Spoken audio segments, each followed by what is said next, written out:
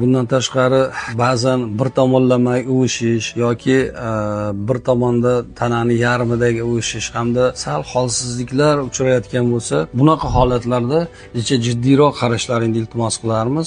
Chunki bir tomondagi uvishishlar yoki quvvatni pasayishi bu ko'proq bosh miyadagi turli xil o'zgarishlar, masalan surunkali miya ishemiyasi, ya'ni qon yetishmovchiligi yoki bosh miyadagi shu tromboz holati, o'tkir bosh miyada insultni boshlang'ich belgisi yoki bosh miya ichida qanaqadir kista, gematoma yoki turli darajadagi xavfsiz o'smalar rivojlanayotganligidan ham darak berishi mumkin. Shu sababli albatta mutaxassislarga uchrab, qondagi o'zgarishlar, koagulogramma, uvchanlik hamda mana hozir viruslardan keyin juda ham ko'p S-reaktiv biolog deymiz, ya'ni shamollash oqsili yuqori darajada yurib, ko'pincha mana shunaqa erta insult, infarkt holatlari juda ham yosharib ketgan. O'shaning uchun haqiqiy holat nimadaligini anglanish uchun tomografiya, yashash joyida mutaxassislar ko'rinsa, nevrostatus deymiz, odamni o'zidagi bo'lib kechirayotgan jarayonlarda o'z belgilarini ko'rib, funksional diagnostika apparatlari, o'sha MRT, qonda uvchanligi, SRB, koagulogramma,